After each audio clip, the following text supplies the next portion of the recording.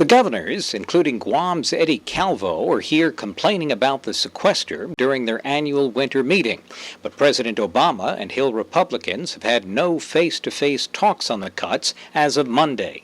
The Senate plans to take back-to-back votes on opposing plans to avert $85 billion in cuts for the rest of this fiscal year, but neither party has the votes to prevail. Parties seem intent on framing the debate, if they can't win, in the run-up to another budget showdown March 27th, when stopgap federal funding expires. So, with no apparent off-ramp, across-the-board cuts that will cost Guam and the Northern Marianas millions in domestic and defense spending are all but certain to kick in Friday. But there may yet be some relief. First, furloughs of federal workers won't start in earnest until April.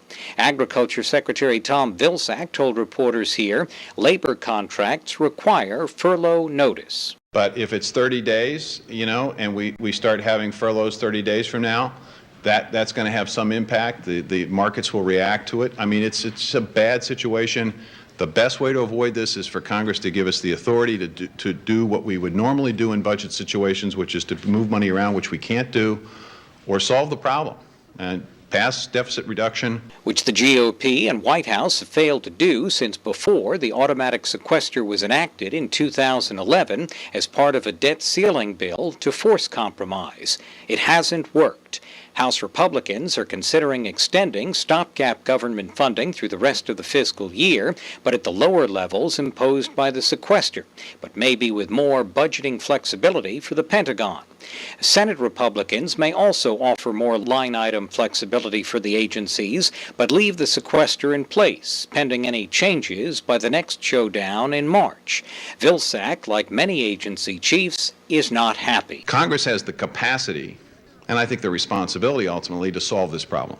And it's unfortunate, but it is what it is, and come March 1, we will take the steps that we are required to by law. Democrats are betting the cuts to everything from meat inspection, feeding and education programs, to airport screening, drug interdiction, and even Pacific Force realignment, plus pay losses from civilian furloughs, will cause such a public outcry the GOP might relent. But Republicans hope the sequester is not felt by March 27th, that the public response is muted, and that the cuts stay in force for at least the rest of the fiscal year.